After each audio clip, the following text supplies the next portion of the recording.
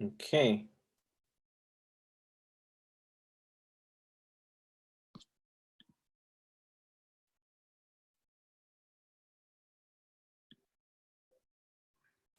We are live. Okay, wonderful. Thank you, everyone, for joining. We're so excited to have you here today. We have our students from Tatu Boys, Tatu Girls, Eldoret Boys, and Eldoret Girls joining us today, student finalists for the COVID-19 presidential pitch competition. Congratulations, everyone, for making it this far. We're so excited to have you with us today. And we also have many snaps. Our special guest judges from our global leadership team. I'm going to go through the agenda for today, and then we'll allow our guest judges to introduce themselves, and we'll start the program. Starting now with our welcome and introductions, and then we'll hear from our CEO, Chinezi Chijioke, for a few minutes. I'll run through the procedures of the day. And then we'll start hearing from our cabinet secretaries, starting with trade and industrialization, then moving on to labor, transport, education, health, and then we will announce the winners and close with a vote of thanks. Cool. So over to our judging panel. We have members of our global leadership team. I will let them go through in the order shared here. I'm going to stop my screen share for a second so that you can hear from them all directly. Well, hi, good morning, everyone. It's wonderful to join and be part of this morning. Very excited for the competition. My name is Chinezi, and I'm one of the co-founders and the CEO at Nova Pioneer, and look forward to the morning. Great. And I am Denai. I serve as the managing director for East Africa. I'm particularly excited about being part of this contest because as we are developing innovators and leaders who will shape the African century, this is exactly the type of challenges that they will face in the real world when they get out beyond our walls. And this is great preparation for their futures. So thanks all of you for participating today. Hi there, I'm Belinda Godfrey, Managing Director of South Africa. Very excited to be included representing South Africa. I'm hoping to learn from all of you on what you would do. I don't have a direct line to our South African president, but I have no doubt that if you come up with some great ideas, I will find a way to share them. Enjoy, and thank you for including me today. Good morning. My name is Rahel Awandwosan. I serve on the academic team. I get to spend a lot of time in Kenya with your teachers and with your school leaders. I'm so excited to hear what you have up your sleeve today. My favorite thing about working with high school learners is you get to imagine how to solve the problems we unfortunately create for you. So I am excited to hear the solutions, the ideas, and I have complete faith that we are in better hands with your leadership many years in the future. So thank you for having me. Hi, everyone. My name is Natalie Coleman, and I serve this organization as our Chief Operating Officer. First of all, huge congratulations for making it this far. It's very exciting. I cannot wait to hear the ideas that you're going to present today. I can assure you that this panel of judges will be tough but thoughtful, and I'm really excited to hear from each one of you. So over to you, Kels. All right, thanks, Natalie. And my name is Kelsey Keach. I'm our Global Director of Learning Design. And so excited to be hosting you all today as well. I got a sneak peek of everyone's pitches on the Flipgrid platform before, and so I was very excited to see that. Without further ado, I'll pass it over to Chinezi to give some opening remarks. Great, thank you, Kelsey. Well, formally welcome everyone to the COVID-19 presidential pitch competition finals. Very excited to have you all joining us this morning. I'm very excited for our cabinet secretaries who will be presenting. Nova Pioneer was founded to develop young people with capabilities and confidence across Africa who could shape the world for the better. And that's why our mission is to develop generations of innovators and leaders who will shape the African century. Well, we believe that one of the best ways to develop future leaders is to tackle meaningful challenges today.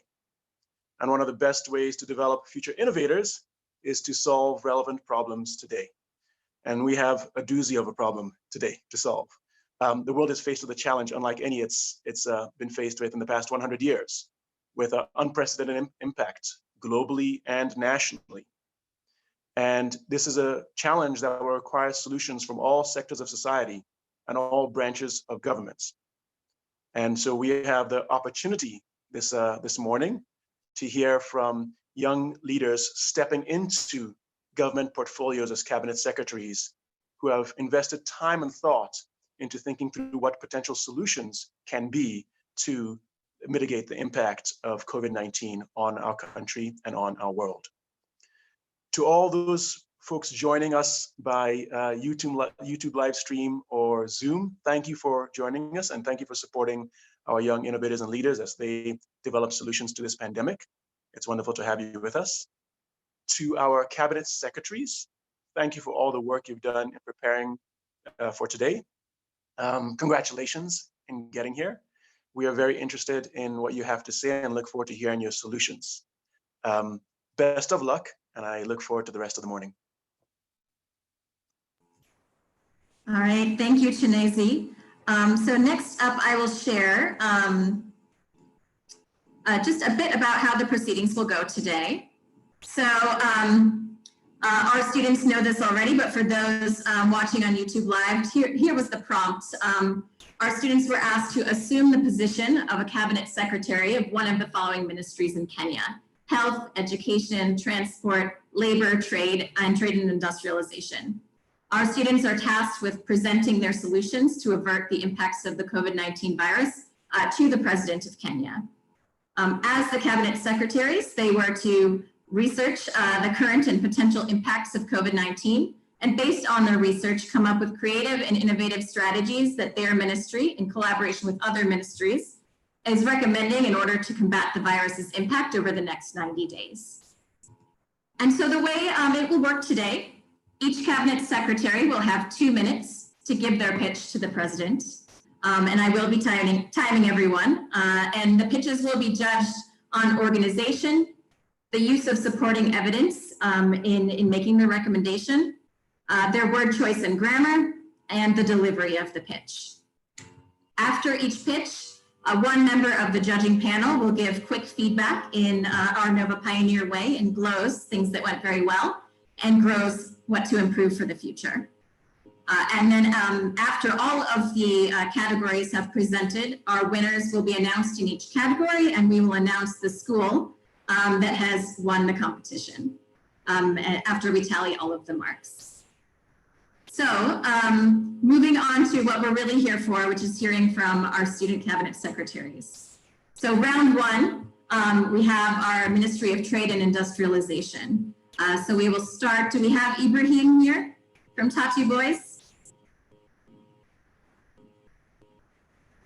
Go off mute and announce yourself if you are here with us. Yes, I'm here. Wonderful. Good morning. So starting, let me go off of screen share so that we can see you. We'll start with Ibrahim from Tatu Boys, then over to Prudence at Tatu Girls, and finish with Alan from Eldoret Boys. So starting with Ibrahim.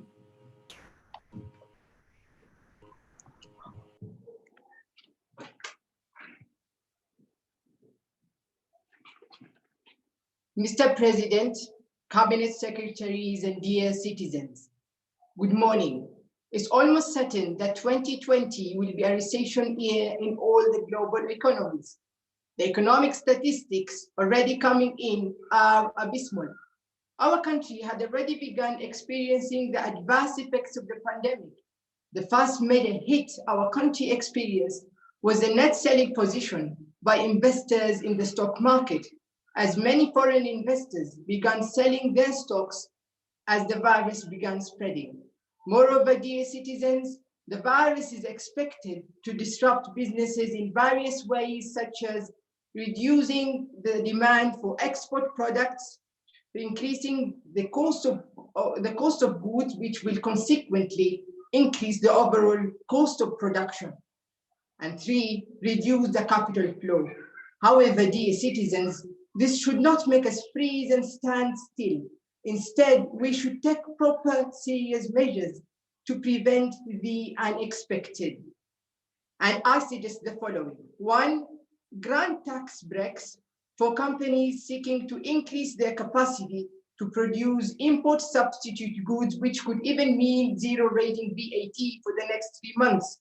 2, announce and provide a business stabilization fund to cushion the impact of the pandemic, especially for small and medium enterprises. And 3, consider reducing corporate tax for industries that have been highly affected, especially the aviation industry. Lastly, dear citizens, I hope these solutions will help flatten the curve, make the impact of the frost on people's life less hard, and preserve our economy's productive capacity. Bearing in mind, dear citizens, that a tree does not bloom in frost, and a frozen economy does not produce income. Let us save our economy. Long live Kenya. Thank you very much. Okay, thank you so much, Ibrahim. Many snaps. And over to Chinezi for some judging feedback. Ibrahim, thank you very much for that. Helpful to listen to that. Two glows and one grow from that. I thought your framing up front was very, very strong and effective. It was, you stated the nature of the issue and got us quite clear that this was serious and shared some of the evidence of its potential impact. I thought that was great. I thought you also ended with a hopeful note there as well, and in between had some very clear recommendations. That was wonderful. The grow might have been to share a bit about why your recommendations were the ones you chose and what impact you thought those recommendations would have in really mitigating what could be the devastating impact of COVID that you shared. Well done, thank you. Thank you so much, Ibrahim. Next up, we have Prudence from Tatu Girls. Prudence, are you with us? Yeah, I'm here.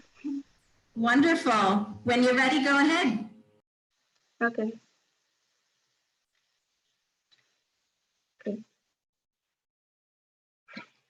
Greetings to you, Your Excellency. It is I, the Cabinet Secretary of Trade and Industrialization. I wish to address the state of our country regarding the invasion of coronavirus in our state, which has affected us in the past few weeks. And on behalf of the country, I appreciate the efforts you've made in ensuring that we are curbing the spread of the virus. So I have solutions that I believe should be implemented because they will positively affect our country. So first, as much as we want to adhere to the rule of social distancing, we also need the members of the public to continue earning their income because we do not want them to starve at their homes with no jobs and with no income. And therefore, we should provide alternate days in which they should sell their products. And this way, we will be able to make sure that they're still earning their income. And while many water points with soap should be allocated in many marketplaces with intervals and with continuous supply with water and soap from the government. And also looking at the state of our country as for now, we really need to be in a lockdown, but then to be honest, we are not yet ready for it. So therefore, the funds that were to be allocated in major projects in our country should be averted, and then they should be used to cater for the public in case we are in a lockdown.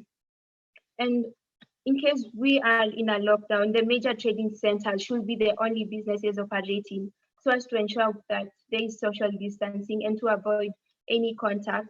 And also we should practice online trading where the contact is also be reduced as well. And the manufacturing and the processing industries should continue working at a minimum workforce to ensure that the major trading centers are still having continuous supply of the products which are going to be provided for the people. In collaboration with the Ministry of Health, we will ensure the distribution of the protective gear, the 3-pile mask, and also the gloves to ensure that everyone is safe. And with that, I believe that we are going to avert the effects of coronavirus in our country. It has been I, the Cabinet Secretary of Trade and Industrialization. Thank you. All right, thank you so much, Prudence. Snaps. Over to you, Chinezi. Thank you, Prudence. Much appreciate that. I thought you did a couple of things really well. Firstly, I thought you named the core issue. I thought that was great. I also thought your solutions were quite creative and practical, right? You spoke to core issues that are very practical, very tangible, particularly your first 2 or 3 solutions. So I thought those are both very strong glows, getting to the point with practical and creative solutions. My grows would have been the solution list got long, it got hard to track at the end what was going to have the most impact and what we should tackle. That may be obvious perhaps in our society. But thanks, Prudence, and well done. All right, thank you, Chinezi. And then our final contestant for the Ministry of Trade is Alan from Eldoret Boys. Alan, when you are ready. Thank you. And thank you. Good morning, ladies and gentlemen. As we know, the coronavirus is the cause of the COVID-19 disease. It got its name from its crown-like shape. And as we know, crown in Latin is corona. On 31st December, in Wuhan, China, the first cases of coronavirus were recorded. Unfortunately, the virus breached our borders, and on 12th March, we recorded our first cases in Kenya. As the Cabinet Secretary of Trade and Industrialization, we have undertaken the following interventions. First, as you are aware, the President of Kenya on 25th March reduced the taxes in order to cushion the various industries and employment sectors from the impacts of the virus.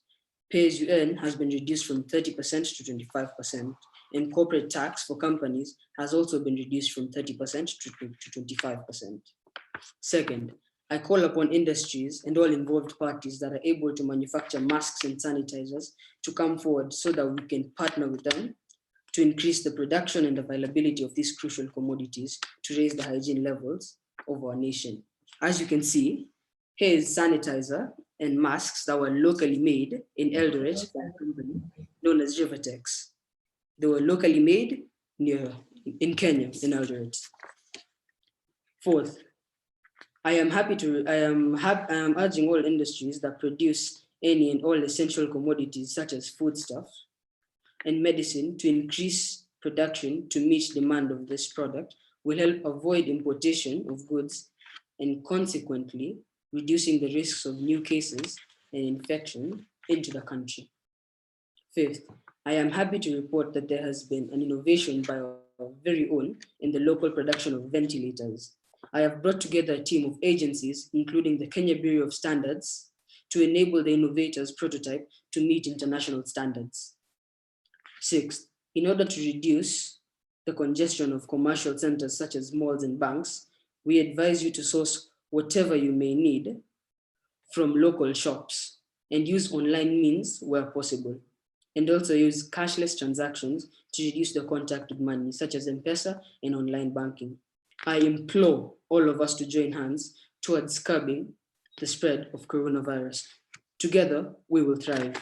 Thank you. Thank you so much, Alan. Over to Chinezi for your comments.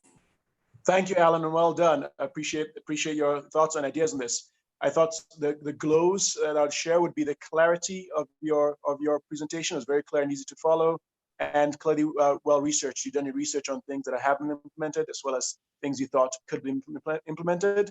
I also love the introduction of locally made solutions, locally manufactured solutions. That was helpful to see how we could develop some of our own solutions locally. So those are great. The grow, I think your introduction could have framed a bit more the burning platform and case for impact in Kenya.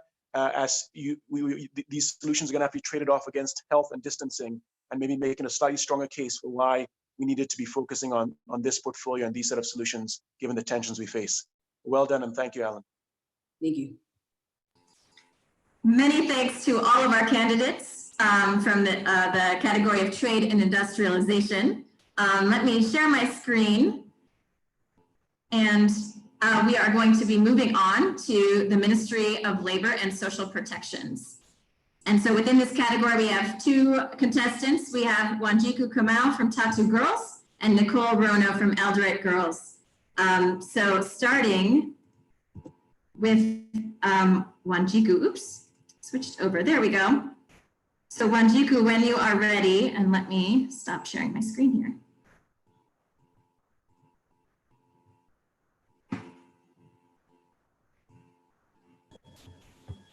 Good morning, Mr. President. Thank you for this opportunity to share my ideas with you as the Cabinet Secretary for Labor and Social Protection. The COVID-19 has had impacts on the labor sector, which include reduced working hours for businesses due to the implementation of the 5 a.m. to 7 p.m. curfew on businesses such as salons and open-air markets. Changes in businesses operations such as restaurants converting to strictly takeaway services, for example, the Java House. Incurrence of expenses to the working class through the purchase of essential and sanitation supplies. Future impacts could be a nationwide lockdown and shortage of labor needed to flatten the curve, as seen in Italy and the United States of America. I propose the following solutions: increasing the number of medical personnel by employing university graduates or medically trained staff, employ more people to produce masks, gloves, gowns, and other protective supplies, employment of people as caretakers in quarantine facilities. The many unemployed youth act as volunteers who will spread awareness in their communities to curb the spread. I would like the help of the Cabinet Secretary for Transport to facilitate the transport of those in remote areas. Also, I would like the help of the Cabinet Secretary for Information, Communication, and Technology to spread awareness and encourage unity. I hope the national government will work with us even in the allocation of resources such as fabric. I thank all ministries and the president for implementing policies like restricting movement between counties, the nationwide curfew, and reduced tax rates. I thank all Kenyans for taking the necessary precautions such as social distancing and proper sanitation. God bless Kenya. All right, thank you so much, Wanjiku. And over to Denai for the judging comments. Great, thank you, Wanjiku. You did a great job. I particularly liked how you painted a clear picture of the impact up front and how you referenced global best practices or what we've seen in other places across the world and predicting what some of the impact on us will be, as well as some of your great ideas around increasing positive impact on the labor force. And I particularly liked the Greater Together asks to work with other cabinets and other parts of the ministry. I think the grow that I would call out is an opportunity to better articulate some of the trade-offs of the proposals that you made on health and safety and how you would otherwise tackle some of those potential trade-offs. Thanks for your presentation. You're welcome. Thank you so much, Wanjiku. And up next is our second candidate in the category, Nicole from Eldoret Girls. Nicole, when you're ready. Okay, thank you. Your Excellency, sir, thank you for giving me this opportunity. As the Ministry of Labor and Social Protection, I would like to give a suggestion. We as a country have been combating the novel coronavirus for the past 2 months. And as of today, we have 179 confirmed cases, 6 deaths, and 7 recoveries. According to the Ministry of Health, it is projected that by the end of April, we'll be facing 5,000 cases and around 10,000 cases by the end of May. We as a ministry, in the collaboration with other ministries such as Health, Finance, Education, Transport, Foreign Affairs, Tourism, Interior, and Coordination of National Government, have come up with new ways and strategies of combating the virus over the next 90 days. These are some of my key strategies.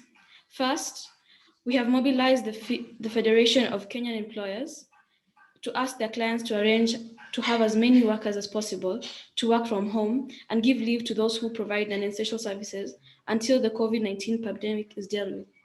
This will reduce the contacting of the virus. Secondly, we have advised the Ministry of Health to shortlist retired medical practitioners for possible recall.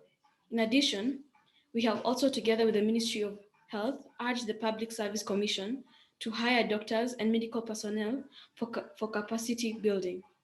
We have appealed to all government agencies and companies where possible to make financial donations or goods in kind to support the Ministry of Health and procurement of drugs and other medical supplies. We have also appealed to food producing companies to make donations for food supplies to the poor and underprivileged in society. We have also urged the relevant companies to support the Ministry of Health by producing masks, sanitizers, gloves, and all other personal protective equipment, PPEs. The Ministry of Labor, in collaboration with the Ministry of Health, has appealed to the government agencies to hire temporary medical workers who will aid in the collection of samples for testing. This will help knowing how many confirmed cases we shall get by the end of the coming weeks. My ministry, in collaboration with the Ministry of Education, has appealed to final year medical students and those who have recently graduated to volunteer to offer assistance to hospitals and other medical institutions that are treating COVID-19 patients. Lastly, it has been projected that up to 20,000 formal jobs will be lost during this period. Therefore, we have suggested that where possible, they be paid some amount while at home and that their jobs be reinstated when the pandemic is over. Thank you, Excellency. May God bless Kenya. Thank you so much, Nicole. Denai? Great, thank you, Nicole. I really appreciated how you situated us in the current situation and painted a picture of where we think the country will be in the immediate future. I also really liked the idea of leveraging business to be greater together and how they can contribute toward the Ministry of Health and other initiatives. And I specifically am excited about the prospect of adding more health workers to the system, because I think that will be really critical in the coming weeks and months. I was excited at the end to hear about your proposal to especially support folks who are in the informal economy, and would have loved to hear more details about how to make that possible, especially with the other economic constraints that will be facing the country. Thanks for sharing. You're welcome.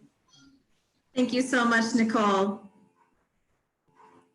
Okay, and that concludes our Ministry of Labor, and now over to the Ministry of Transport. So we will start with our contestant from Tatu Boys, Linus, then over to Lisa from Tatu Girls, Samuel from Eldoret Boys, and then Athalia from Eldoret Girls.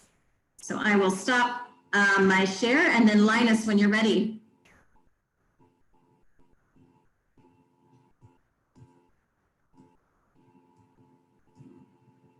Oh, it looks like he is having a bit of difficulty joining. So I think we'll move to Lisa from Tatu Girls if you're ready, and when you're ready, and then we'll circle back to Linus when he's able to join.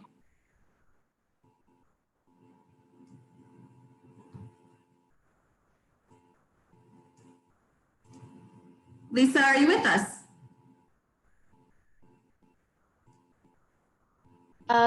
My camera is having a bit of it has some problems here and there.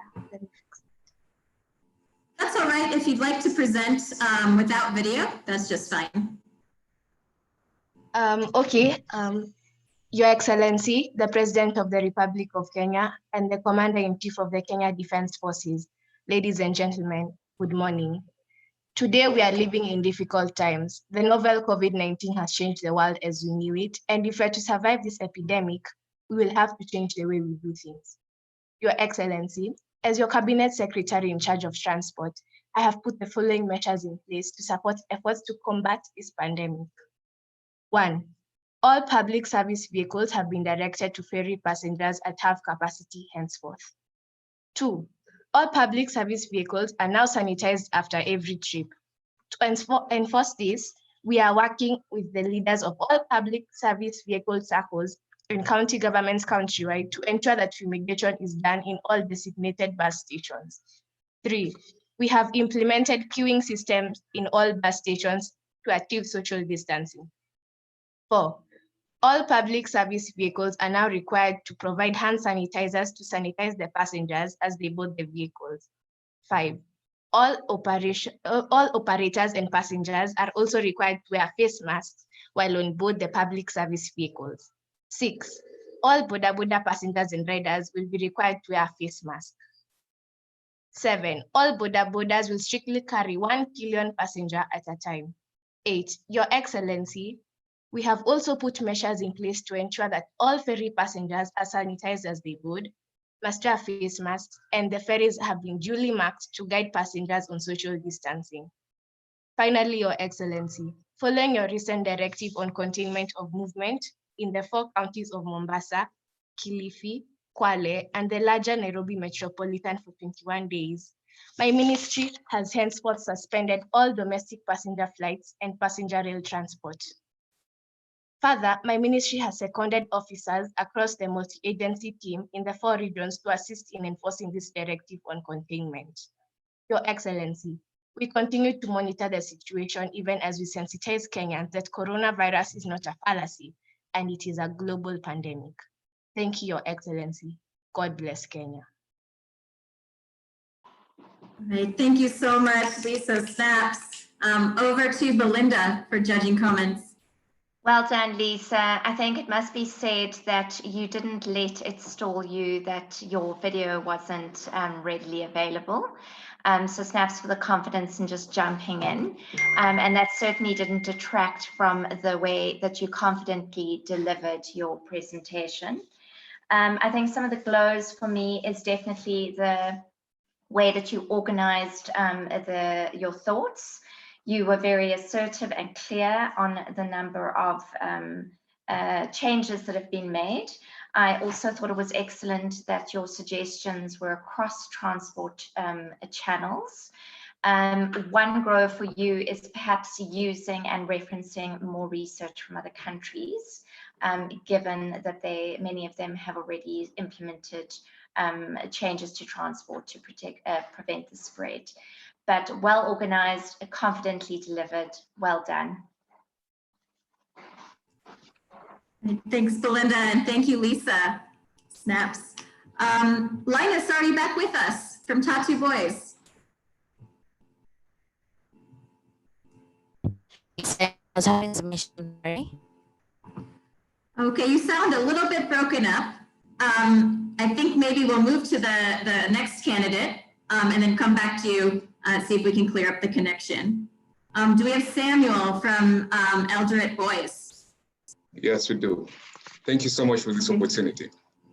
Your Excellency, the President, I am Samuel Birech, the Cabinet Secretary for Transport.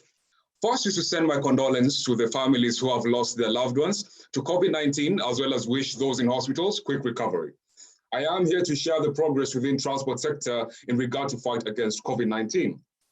As you are already aware, Your Excellency, the transport industry has been adversely affected due to social distancing, which has brought low income rates to those who are transporting the transporters. We have taken preventive measures to suspend international flights, which means various other sectors like tourism and finance will be greatly affected.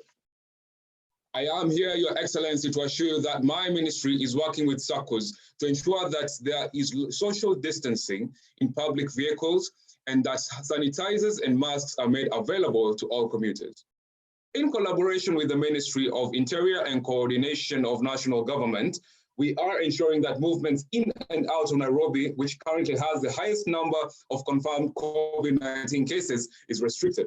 We have mounted roadblocks at all entry and exit points within perceived hotspots, counties of Nairobi, Mombasa, Kilifi, and Kwale. However, Your Excellency, as this coronavirus is hitting hard all sectors, we will be able to prevent further infections and to manage the impacts of this pandemic when relevant ministries work together to come with sustainable solutions. My recommendations that I humbly put before you for consideration is to consider a tax cut on fuel.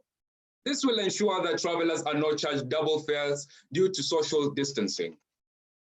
Your Excellency, I wish to request you to convene a meeting with relevant line ministries to discuss how we can harmonize our strategies at this time of curfew. Your Excellency, with your support and concerted efforts from the good people of Kenya, we will defeat and win the war against COVID-19. Thank you, Your Excellency. God bless you and God bless Kenya. Thank you. Thank you so much, Samuel. Snaps. Over to you, Belinda. Snaps, Samuel, very confidently delivered with huge conviction. So well done. Interesting approach in standing up. Obviously also brings huge gravity to what you're saying. So thoughtful ways that you've delivered. A particular glow for me was your thoughtfulness on the wider impact of other sectors of the Kenyan economy. So particularly the loss of income, the impact on tourism. I also got the sense that you were thinking really carefully about who you would have to collaborate with. So again, working in isolation within your sector would not achieve the success that that would be needed, particularly in the tourism area. And then last glow for you was your innovative suggestion on the tax fuel cut. Smartly done. Well done, enjoyed that immensely. Snaps. Snaps. Thank you, Belinda, and thank you, Samuel. We'll circle back again to Linus. I see you're back. Yes, I am. Great, when you're ready. Mr. President. Greetings, Mr. President. As the Cabinet Secretary of Transport, I'd like to deliver a pitch on some essentials I feel should be rolled out in our COVID-19 emergency plans. In my opinion, the following should be rolled out. Regulations for inter-county crossing for the 40 counties currently exempt from the partial lockdown that have been implemented in the areas. A Council of Governors meeting to establish stipulations for violations, court hearings in trade, etc. In all counties. These limits on the curfew enforcement, fund allocation to the Ministry of Transport to aid members to follow the WHO and Ministry of Health regulations. Introduction of stiff penalties for violations that have been committed by the members of the general public. Then the more crossings we have, the more unsuspected cases can move about, like the young lady who moved from Mumbai to Nairobi. She's able to have the cases online and being part on rules and regulations for us. The transport is but say required and not price to put on the while still following regulations is giving marks. So possible to Ministry of which associations. These associations can set the members who use them to come up with citizens to be able to.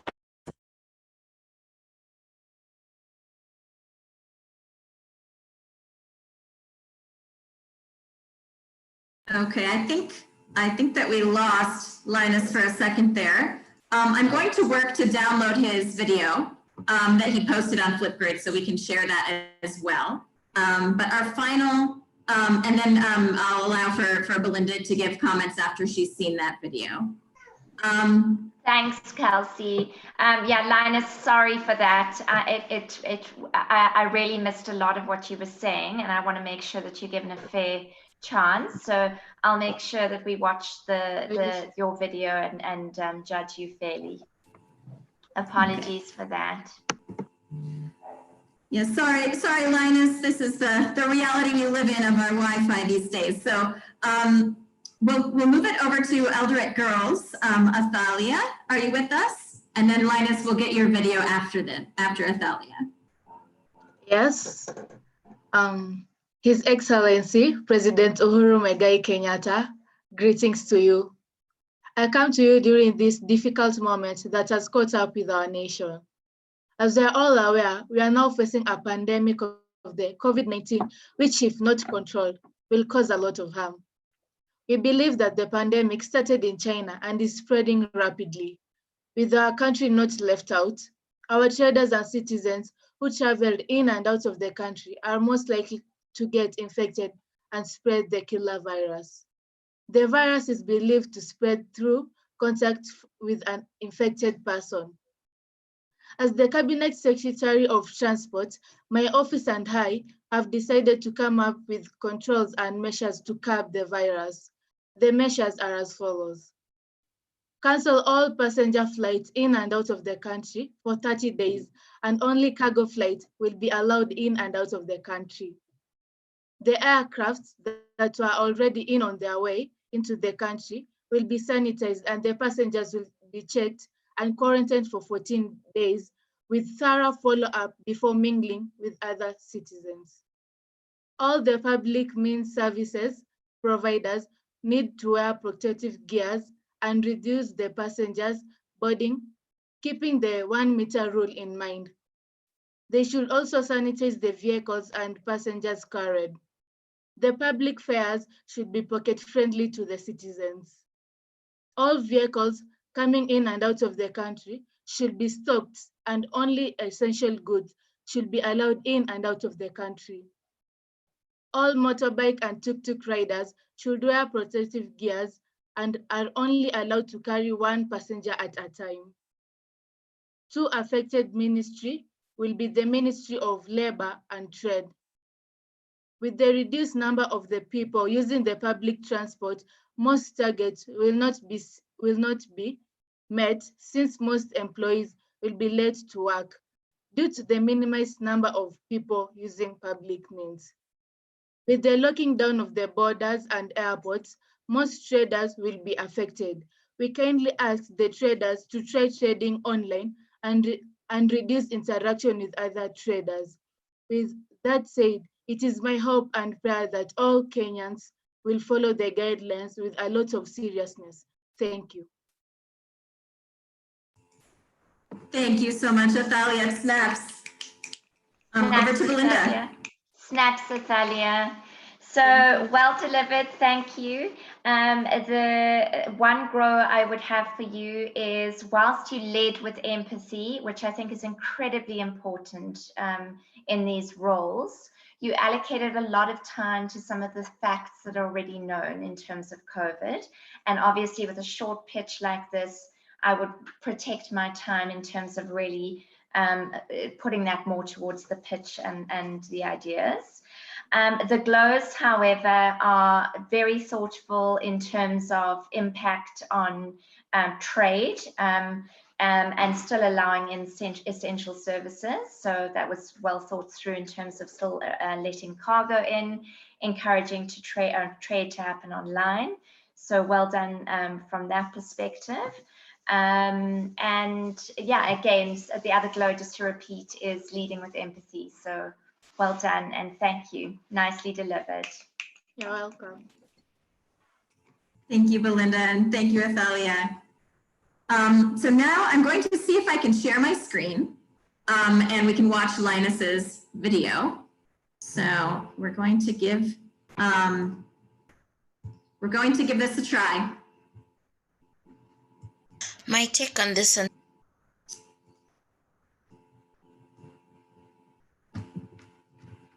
sensitive matter, Mr. President, is that we all need to be the people to take the personal initiative, and that even in the transport sector, our solution comes from the people themselves. When we allow them to create masks, to have their own sanitizers, to make use of these masks in their own businesses, we are enabling them to reach out and feel confident enough to be able to continue operating their services, which also in turn leads to revenue for the government. And this revenue can be used to reinvest in measures that are in place to take care of the coronavirus and to ensure that if and when we are hit hard, we are able to take up the challenge and do what needs to be done, whether we're ready for it or not. The transport sector has been really challenging because of the curfews and the people being slightly disobedient, and also measures that have been put in place not being followed. But I believe that if we show Kenyans what they need to do, they will. And why? Because Kenyans are very obedient people. It just takes that initial jolt. But where necessary, we will give the assistance. And this assistance will come in form of court trials. And we shall be looking to have these people convicted for disobeying the law and try to revolutionize our feelings around people being obedient and allow people to come out of their comfort zones and in general just be good Kenyans, because the only solution to our problems is us. And therefore, I ask you, Mr. President, to kindly invest in this idea. Thank you. With great pleasure.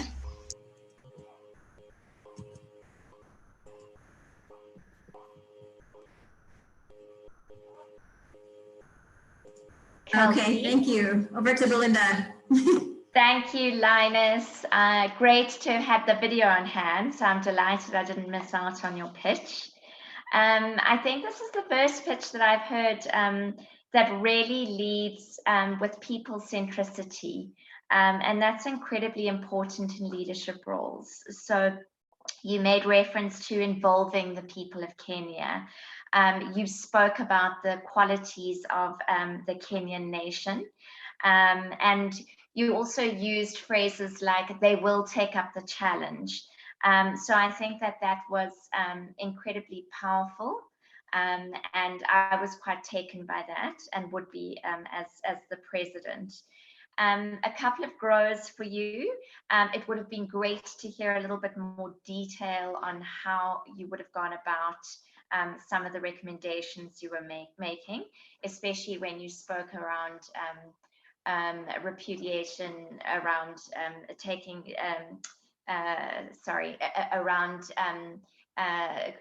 addressing Kenyan folk that are not abiding by the law. So that would have been good to hear what you would have put in place. But yeah, snaps all round and enjoyed that immensely. Thank you. Thanks, Belinda, and snaps to Linus. So into our next category, we have our Ministry of Education candidates. So we'll start with Ethan from Tatu Boys, then Rachel from Tatu Girls, Ezra from Eldoret Boys, and Deborah from Eldoret Girls. So I'll stop the share, and then Ethan, when you're ready.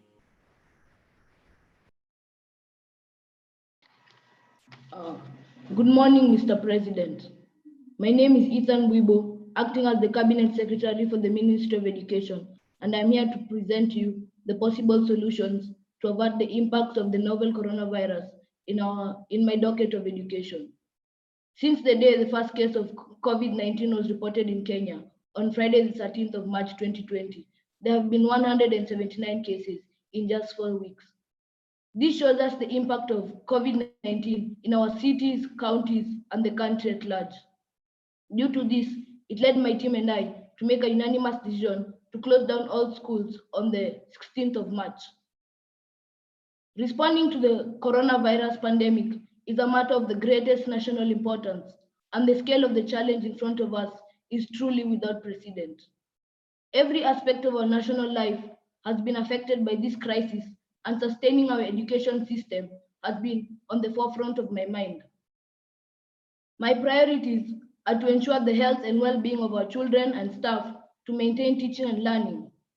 I would like to give my sincere appreciation for the extraordinary work that all teaching and non-teaching staff in our schools have been doing, maintaining educational continuity through out-of-class lessons programs by means of online, television, and radio channels. I would also like to urge all students to continue reading and revision, as it's the right path for them. One of the measures I have taken is instructing permanent secretaries under the ministry to audit their sections and make proposals on contingency plans in the face of the possible extended shutdown. Cost implications, inherent gaps, and possible interventions are being drawn to ensure the ministry is not caught off guard in the event the virus is contained or it extends beyond May. I understand that people will naturally want clarity on how long this will last for, when the education system will return to full provision, and when critical activities such as national exams will be taken. But I assure you that we are looking into this. I would urge all Kenyans to follow all directives given by the government as they are here to help us. Thank you. Thank you so much, Ethan. And over to Rahel for her comments. Morning, Ethan. You did a wonderful job leading with health and appreciating that the most important thing we have to do first is keep everyone healthy. And I think you did a wonderful job also sharing appreciation for everyone who stepped up, with educators, teachers, parents, to work in such a different environment, as well as naming that people want to have certain answers and we don't have them yet, but that you are contingency planning. So I thought those were really thoughtful touches to your presentation. A grow I would offer you is some specificity in what you would do. So I would imagine things like, are the exams still on? What if we're providing some of the details of that contingency planning so that people have a sense of what the different options would be in the solutions that you would propose in the extent if we were extended in our closure. Wonderful job, Ethan. Thank you. Thank you so much, Ethan. Next up, we have Rachel from Tatu Girls. Rachel, when you're ready. Thank you. Greetings, Your Excellency. Benjamin Disraeli said, "There is no education like adversity." And during this COVID-19 pandemic, we believe we will learn a lot. I, Rachel Andia, as the Cabinet Secretary of Education, is here to propose the measures my ministry has come up with to ensure learning continues during this pandemic. My ministry will collaborate with the Ministry of Communications and Technology to provide any child with no access to a computer or a smartphone with a laptop. Each child with no access to a smart device will be required to report to their education county offices to be issued with their laptops. Each student will be required to download an application which has notes and assignments and where they can Skype with their teachers to have a session just as if they were in class. My ministry is also working with Safaricom to provide each and every home with cheap, fast, and reliable internet so as the students can carry out their online classes. All teachers with no access to a smart device are also required to report to their county education offices for the issuing of their laptops. In alliance with the Ministry of National Treasuries and Planning, we have increased the teachers' basic salary by 20% to cater for their payment of internet access. In case the teachers need to access learning materials from their schools, we have authorized that they be provided with private transport from their education county offices to their respective schools to get any learning material that will assist them in teaching. For the students who live in informal sectors, most of their parents have lost their livelihoods during this time. Therefore, in conjunction with the Ministry of State for Special Programs, we will provide food for these students, for as we all know, a child cannot learn on an empty stomach. Finally, I urge everyone, Your Excellency, to wear their masks, use hand sanitizer or soap and water, take immune boosters like vitamin C. I believe that these ideas will help in the prevention of the spread of the virus while ensuring our students still continue with their education. For as we know, the main hope of a nation lies in the proper education of its youth. Thank you. Thank you so much, Rachel. Snaps. Over to Rahel. Rachel, you did a wonderful job bookending your presentation with really memorable quotes. So starting with the quote you had about challenges being the best education and ending with why education is so important to a nation. And I think that was really memorable and something that's going to stick with your audience.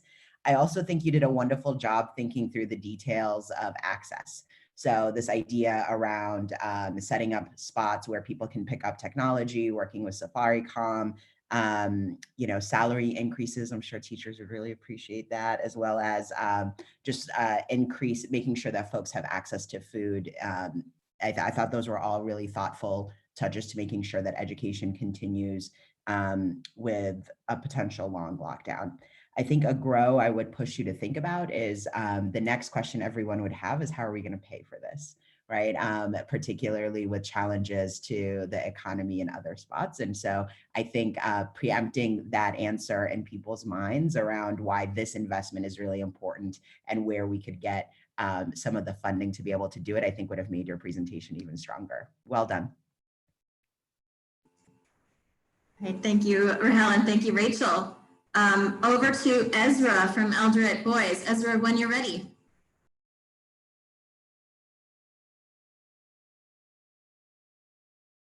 Good morning, Mr. President. Today I come before you in an unusual style because there is an unusual visitor who is threatening my ministry in an unusual way, COVID-19. Let us talk Mexican.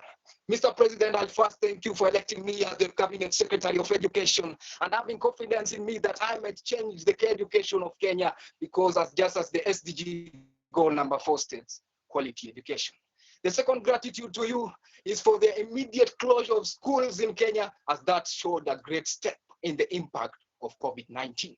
Gratitude. I like to give, Nelson Mandela once stated and said that education is the best weapon in which we can use to change the world. And this education sector which transformed the world is greatly affected by COVID-19. Effects in which COVID-19 has brought to my education sector. 1, closure of education in Kenya. Closure of education in Kenya has really brought a negative impact under my education sector because that at first time brought education to a standstill. The second effect in which it has brought. This has brought to my calendar has been greatly affected by this pandemic, as I'll have to change my calendar if this pandemic continues for the next 3 months. Measures in which I have taken to help my ministry so that the learning can continue. 1, I have worked hand in hand with the Cabinet Secretary of ICT, Dr. Joseph Musheru, to ensure that learning continues through the internet. And I would like to give recognitions to the following principals for their continuous support to ensure that learning continues through the internet. I'd like to give recognitions to Ms. Christine Kadhurima of Nova Pioneer Tatu Primary for her continuous support. I'd like to give recognitions to Sir Eric of Brookhouse. I'd like to give recognitions to Banda School. I'd like to give recognitions to International School of Kenya and St. Andrews Ture for their continuous support of supporting children to continue learning through the internet. I would like to give recognition to telecommunication companies such as Safaricom, which have been working with non-governmental organizations such as NS Education to enhance continual learning through Safaricom. I like also to give recognitions to our media society, such as the KBC, which has continued enhancing studies through KBC, and also to give recognitions to our radio stations. Last time, surprisingly, Mr. President, I gave a visit to a certain school. And that certain school, I heard that they had a culture principle in which they believed in. They termed it to me as Greater Together. They told me that this culture principle of theirs, they use it so that because they believe that through Greater Together, people can achieve what they want to achieve. I would like to tell you, Mr. President, that if we work together in coordination with other ministries, we might fight this COVID-19. My ministry is not left behind in the fight of COVID-19. I have ordered all the principals on Kenyan schools to ensure that their dormitories are available so that they can accommodate the coronavirus victim. I'm not left in the race. I believe that we can curb COVID-19 together. Just as Obama said, yes, we can. Thank you, Mr. President. Snaps, thank you, Ezra. Over to Rahel. Ezra, let's first start with just your energy. I think you could give everyone here a lesson in debating. I almost stood out of my seat just in the excitement that you showed about what you were talking about. So just really well presented, lots of energy, which I thought was really strong. And the other glow I have for you is you spend a lot of time giving shine and gratitude to people who are doing the work. And I think that's a really good way to build bridges, whether it be with specific schools, entities, so that they are willing to go with you. I think people would feel really appreciated, really seen, and really energized and mobilized by your energy and gratitude for the work that they were doing. So really well presented. I think a grow that I would have for you is I was hungry for specific solutions for the way forward. And so you did a good job of naming what we have done so far and getting us galvanized around that. But I was hungry for what are we going to do next to continue to meet the challenge specifically in the area of education. So specificity of solutions is where I would push you. Thank you, Rahel, and thank you, Ezra. And to our final contestant, we have Deborah from Eldoret Girls. Deborah, when you're ready. Thank you. Your Excellency, sir, these are indeed trying times in the history of our country. My ministry sincerely appreciates the efforts your government is putting towards combating the coronavirus pandemic. I assure you that the Ministry of Education is working together with the Ministry of Health to contain further spread of the virus. This pandemic has greatly influenced the education sector negatively, leading to the closure of all learning institutions. Learning has stopped and some students are very idle at their homes. The candidates are worried because they are not sure if they will do their final exams. As a ministry, we are proposing that learning continues through digital platforms. We are asking you, Your Excellency, to direct the Ministry of ICT to make sure that there is good internet reception across the country so that the learners can continue learning online. We are also requesting you to negotiate with telecommunication companies for cheaper internet to the learners and the teachers. And if possible, the government should consider meeting the connection costs. We're also requesting all students to have access to tablets or smartphones so that online learning can take place. Our officers have reported a successful deployment of online learning by one international school in Kenya called Nova Pioneer. The ministry is willing to benchmark with the school to understand how it works. We are also requesting that the Ministry of Finance allocates funds from other ministries. If this is successful, we can use it as a future strategy to assist in ensuring 100% transition. Online learning can also be a solution to shortage of teachers and facilities, hence ensuring wider access to education. I have directed KICD and TSC to work closely with the Ministry of ICT to develop a common digital content to be used in all schools. We will do our best to support all your efforts. Thank you so much. God bless Your Excellency. God bless Kenya. Thanks so much, Deborah. Over to you, Rahel. Deborah, you did a number of things really wonderfully well. I thought that your time spent on how to make online learning accessible, whether that was through internet providers, negotiating with internet providers, or making sure that families had access to tech was really practical and an important barrier.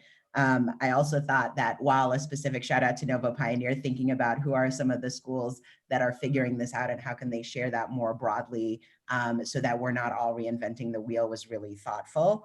I think a push I had for you is you have such lovely ideas, but you are looking down the whole time. And so as you think about future presentations, that you're confident meets the quality of your ideas because they were really wonderful. Thank you. All right, thank you, Rahel, and thank you, Deborah. So we'll move on now to our final category, our Cabinet Secretaries of Health. So we'll start with Rana from Tatu Boys, and then Abigail from Tatu Girls, Phil from Eldoret Boys, and finish with Faith from Eldoret Girls. So Rana, when you are ready. Thank you. Your Excellency, fellow Kenyans, good morning. I'm the Cabinet Secretary, Ministry of Health. I'm here to update you on the COVID-19 in the country, its impact, and propose solutions to curb the spread of the virus. As you are aware, Kenya reported its first case on 13th March 2020, ever since it was first confirmed in Wuhan, China. Currently, the number of infected people has risen and stands at 179 persons. The reported deaths are 6, who include a 6-year-old as the youngest. We have also those who have recovered from the disease being 7. Since 31st December 2019 and as of 8th April 2020, 1.4 million cases of COVID-19 have been reported, including 83,000 deaths. Fellow Kenyans, COVID-19 has impacted our country in the following areas. 1, it has led to straining of healthcare system. 2, it has put research institutions on high alert in terms of researching for vaccines and possible treatment to curb the virus. 3, it has led to resource depletion in that all the resources that are meant for government projects or programs have been diverted to take care of the coronavirus pandemic. 4, it has slowed down economic growth. In view of the above, my ministry is proposing the following measures to address the impact of the COVID-19 1, identifying and revamping health facilities to treat all those affected. 2, mobilize resources in terms of funds, personnel, and facilities. 3, call on all citizens to observe a number of behavioral measures such as hand washing and social distancing, among others. 4, to engage research institutions in developing possible treatment for the virus. Fellow Kenyans, I believe the measures proposed will address the spread of the pandemic in our country. Before I conclude, I would like to convey our sincere gratitude and appreciation to all the health personnel who are our frontline soldiers in this war. The media for informing and creating awareness among the citizens on the pandemic, and to all citizens who are working with the government to curb the spread of the virus. Together we stand, divided we fall. Thank you.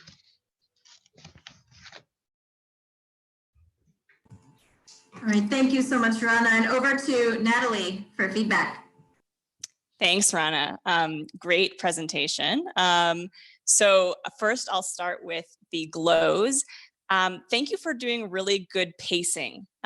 You spoke clearly, you spoke slowly, you had good structure, so I was really able to follow what you were saying, which is really important, especially when you're conveying health-related facts to an anxious audience. As you can imagine, most people have a lot of anxiety around the health impacts in particular, so you have a very tough job. I appreciated that you shared the facts, that you talked about the impact on Kenya in particular, and that you spoke through 4 clear directives that you wanted the country to pursue. And then I really like that you ended with the gratitude for folks on the front line. I think that's incredibly important and very moving, both to recognize the efforts that those folks are making and also the risks that they are taking to keep others safe. So huge snaps on that. I think grows would be specificity. So you talked through kind of broadly the measures that you would be undertaking or pursuing, but I really wanted to know more.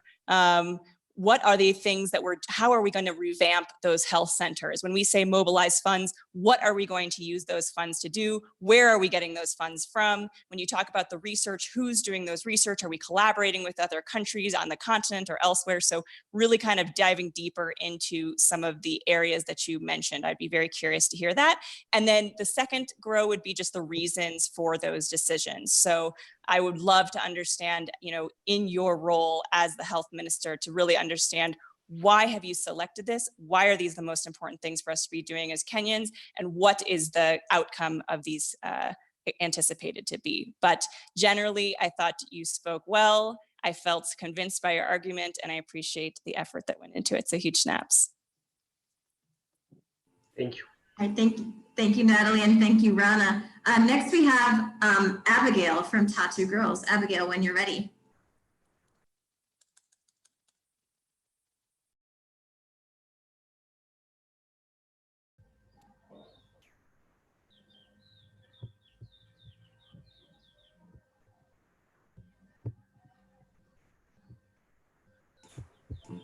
Abigail, are you with us?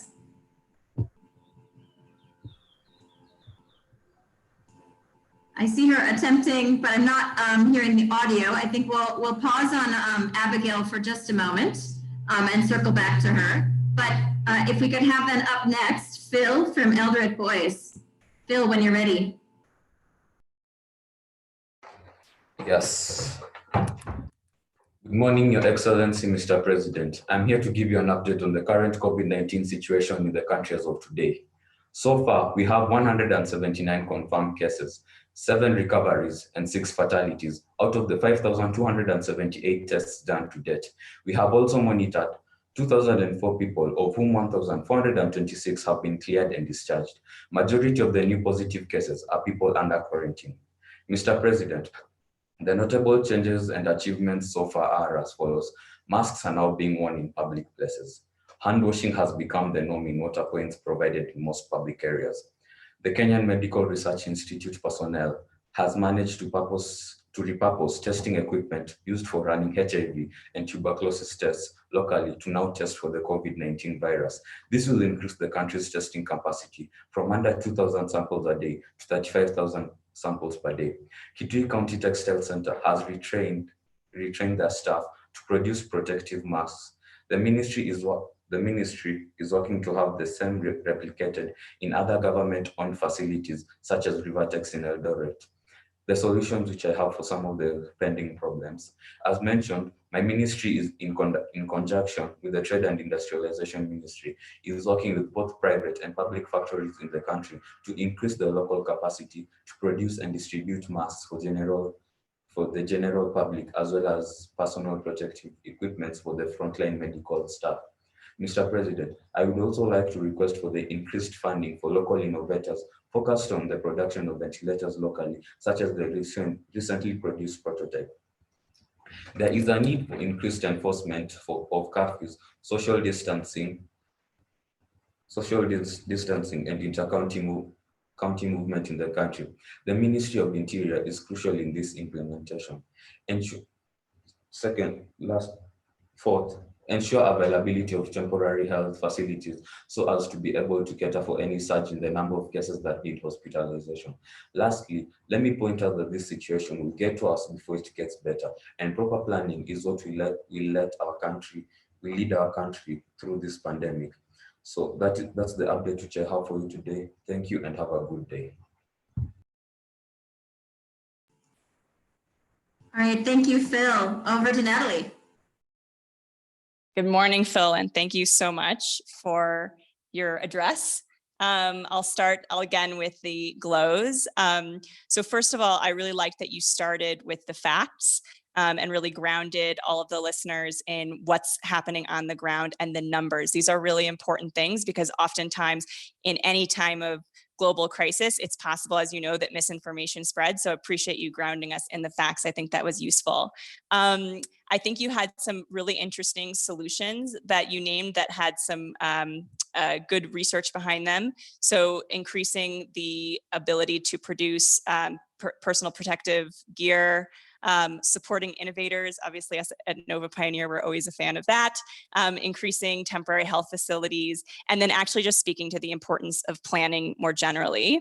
And I think the last glow that I'd love to name is I heard you mention collaborating with other ministers and other sectors, which obviously is very important in any challenging situation. So I really appreciated how you thought critically, not just about what's in your lane, but also turning on your peripheral vision to say, how can I work with others? How can I be greater together? I thought that was really creative. In terms of grows, I think some of this is just stylistic, but if you imagine you're addressing the president and possibly a wider audience, you rattled off a lot of information really quickly. So I found it somewhat challenging to actually ground myself in exactly what you were saying. So sometimes just speaking a little bit more slowly, a little bit more clearly, and then really picking your facts. What is it that you want everybody to take away? Oftentimes folks listen to something, but they don't remember all of it. So when you kind of think about what is it that you really want your viewers and your listeners to remember, make sure you're really leading with that and underscoring that and repeating that throughout. And then I think you mentioned a lot of the, what do you want to call it, sort of things that we're already doing, things that are already underway.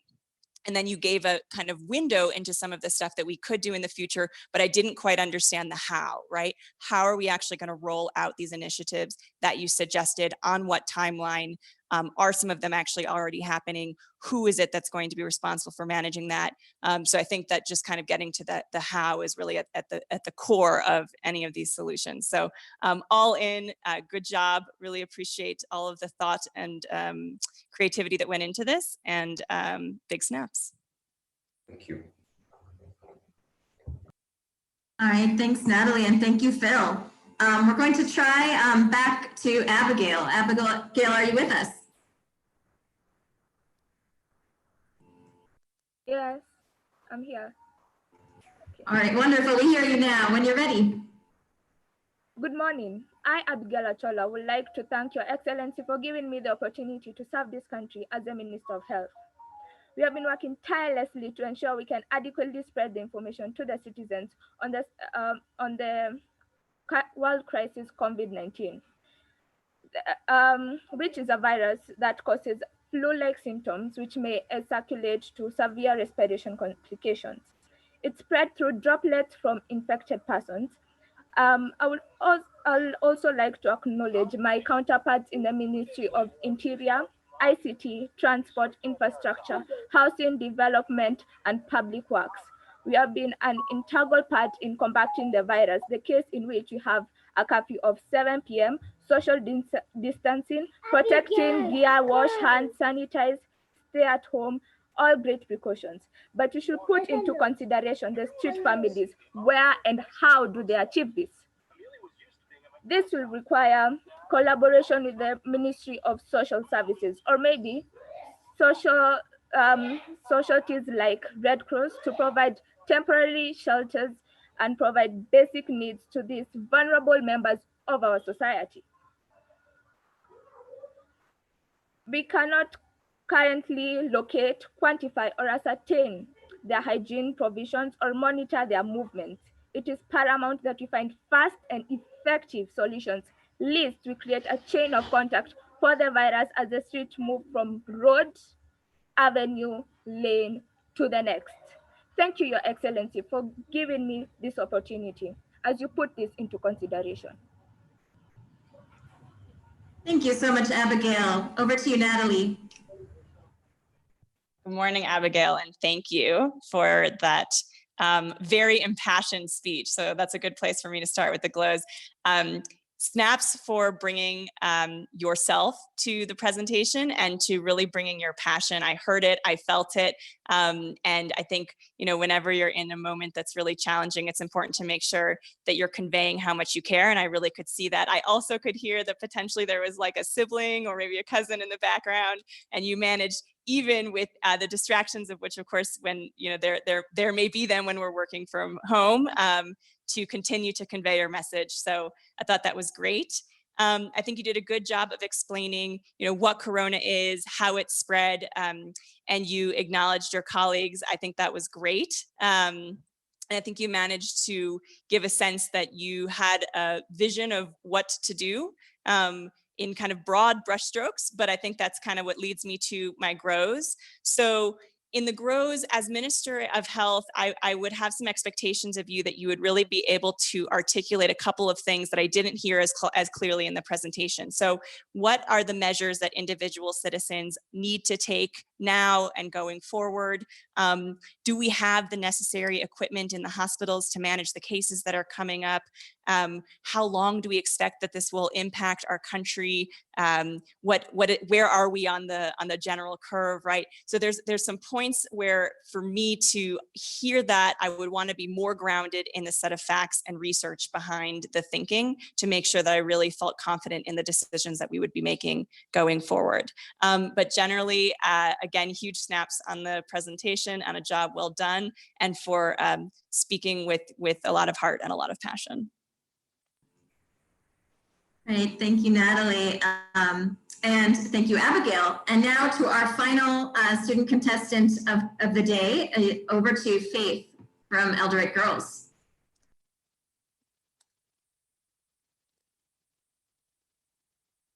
Thank you very much. His Excellency, Honorable Uhuru Kenyatta, the Cabinet Secretary of COVID-19. As you know, the pandemic has been across the country. I'd like to address this issue concerning the crisis in the health sector. With this known about the virus is rapidly spreading, some cases of 179 patients and due to the actions the government is taking so down spread of virus, there has been an increasing understanding towards registration and training for personnel.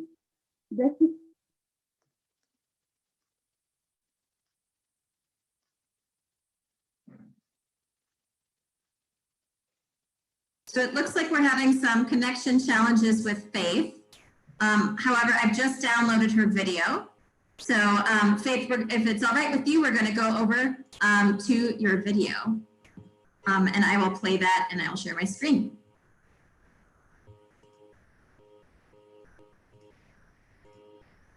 So here we have Faith's video. We Sorry, one moment. Great, want to make sure I'm sharing my sound, and here we go.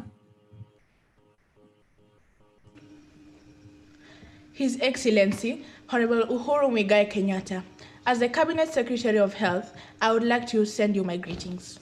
As you know, the coronavirus has raised intense attention across the country. I would like to address some of these issues concerning this crisis in the health sector. With little known about the virus, it is rapidly spreading, with the confirmed cases of 126 patients are increasing. Due to the government taking precautions to slow down the spread of the virus, there has been an increase in spending and direct funding towards public sensitization and training of medical personnel. Despite the efforts taken, the citizens are not fully complying, and this may lead to an increase of patients, thus spending more on medical equipment. I would like to come up with a suggestion that we should encourage the use of protective gear by medical personnel and patients, and this can be achieved through manufacturing industries providing the various protective gear.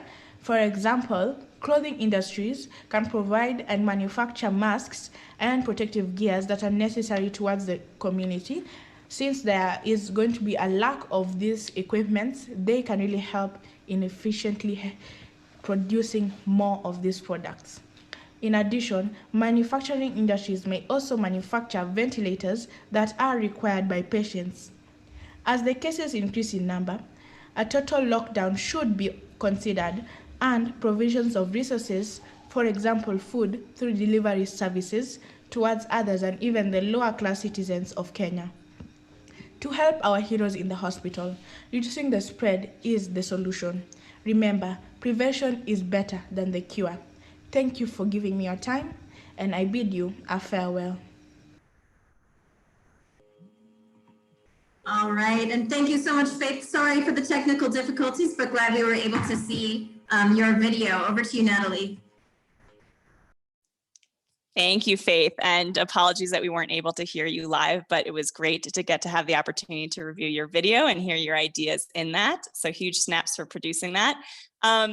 I'll start with the glows. So first, I think you did a really good job of outlining some of the initiatives that are already underway, such as public sensitization and training of medical personnel. I think using that language helped me to hear that you guys are really you really have a thoughtful plan that is already underway, and gives me that confidence that the decisions we'll make going forward will be the right ones. You called people out for their lack of compliance. I'll come back to that later, but I think it was good to mention that.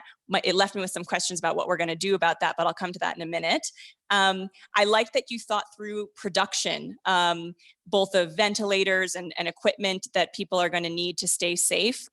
Obviously, it's important to name what the equipment that people should use are, but if we don't have access to it, then we're going to need to produce it. So I really appreciate you thinking through and addressing that. And I also thought it was very brave. I think you were the first one who mentioned the possibility of a total lockdown. So obviously that's something that is a huge decision, and probably not one that you as health minister would make alone. But I think in considering that as a possibility, and one that obviously other countries have undertaken and undertaken, with relative success, I thought that was a brave one for you to raise. On the growth side, you in the very beginning, you mentioned something about how very little is known about coronavirus. And I think that gave me a little bit of pause, because as the health minister, what I want to know is, what do we know? And actually at this point, we do have a fair amount of information about the disease. Of course, there is still some open questions and things that we're trying to figure out. But I think that it probably isn't the fair characterization to say little is known at this point. At this point, I think we have a little bit more knowledge. And what I would want to hear is, what do we know? What are the facts? And how can you sort of enumerate those in a way that for the president, and then obviously ultimately the viewing public, we're really able to learn from you about how we can kind of qualify what the disease is and how we best can protect ourselves against it. And then the other question that I would have, or kind of growth that I might suggest thinking about, is just getting very specific about the plan forward. So we you know, these are trying times, they are uncertain times, but really what is the multi-step plan that you in your role would suggest to the president so that I can take this, you know, under consideration with a multitude of other plans and suggestions that people are taking towards me with real specificity and clarity. So I think really just having kind of a more structured, guided plan that after I've heard all of the different ideas from all of the different ministers, I'm able to weave together something that truly works for the country. Thank you for a huge amount of effort and diligence, and I'm sure research that went into this, and for creativity in your thinking. Nice job, Faith. Thank you, Natalie, and thank you so much, Faith, and thank you to all of our contestants. We're going to take a 2-minute break while we tally the results in preparation for announcing the winners. So let me just get us a general screen here. And I'm going to pause.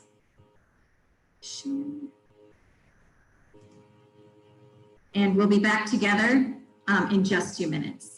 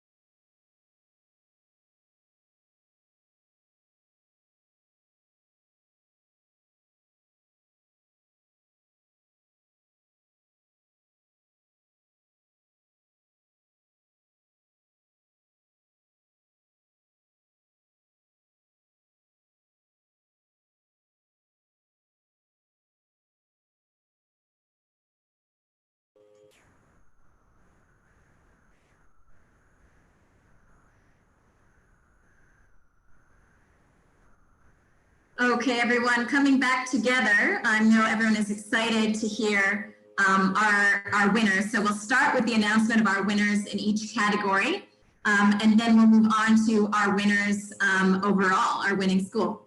So our winning cabinet secretaries, as the winning cabinet secretary of trade, we have Ibrahim from Tatu Boys, Major Snaps. Our winning Cabinet Secretary of Labor was Nicole Rono from Eldoret Girls. Snaps, Nicole. Our winning Cabinet Secretary of Transport, Samuel from Eldoret Boys. Snaps, Samuel. Our winning Cabinet Secretary of Education was Rachel from Tatu Girls. Snaps to Rachel. And then finally, our winning Cabinet Secretary of Health was Abigail from Tatu Girls. Snaps to Abigail. And a wonderful performance all around to everyone. It was a very close competition, so wonderful work all. And then our winning school was Eldoret Boys in first place with a 2.997 average. Snaps to Eldoret Boys, followed closely by Tatu Girls with a 2.875. Then Tatu Boys with a 2.775, and then finally Eldoret Girls with a 2.615. But overall, as you can see, an extremely close competition. Congratulations to all of our participants today. And I'll hand it over now to Denai for a final vote of thanks for everyone.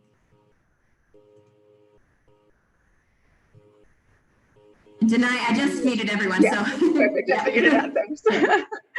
Thank you, Kelsey.